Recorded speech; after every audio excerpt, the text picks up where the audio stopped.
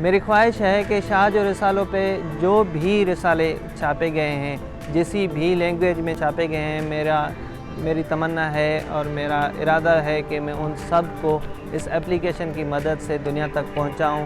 اس application کی مدد سے دنیا تک میں لطیف کا امن و عاشقی کا، امن و سکون کا پیغام پہنچاؤں۔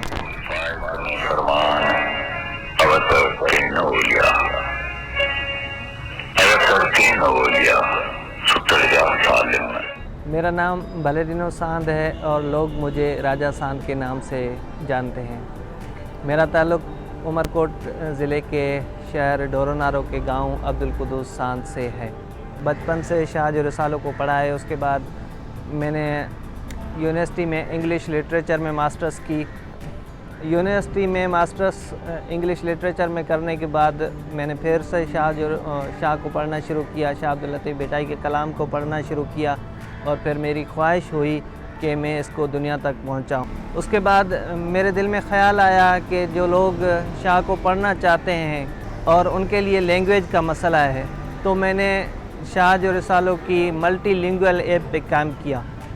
اس وقت اس اپلیکیشن میں 6 لینگویجز کی 9 اسکرپٹ، جیسا کہ کسی لینگویج کی 2 بھی اسکرپٹ ہیں، جیسے پنجابی کی 2 اسکرپٹ ہیں، ایک پاکستانی پنجابی ہے اور ایک ہندوستانی پنجابی ہے۔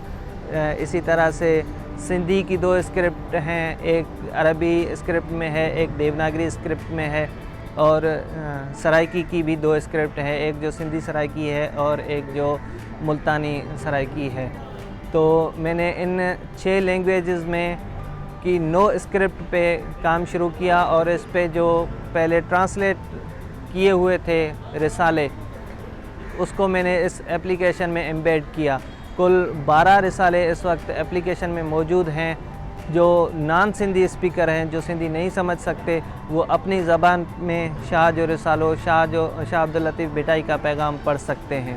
2.5 سال کے عرصے میں اپلیکیشن کو پروسیس کیے ہوئے تقریباً 58,000 سے زیادہ لوگوں نے اس کو ڈاؤن لوڈ کیا ہے، اور 13 لاکھ سے زیادہ مرتبہ اس اپلیکیشن کو کھول کے پڑھا گیا ہے۔ اس اپلیکیشن میں ہم نے آڈیو بھی ایمبیڈ کیا ہے۔ ریڈیو پاکستان کی طرف سے سید سالم احمد شاہ کی آواز میں شاہ جو رسالوں کا آڈیو ریکارڈ کیا گیا تھا، جو کچھ سروں میں موجود ہے۔ 2020 میں کلچر ڈپارٹمنٹ والوں کی طرف سے اس کو ایکنالج کرتے ہوئے، اس کو انڈورس کرتے ہوئے مجھے سندھ کا سب سے بڑا ایوارڈ، لطیف ایوارڈ بھی دیا گیا۔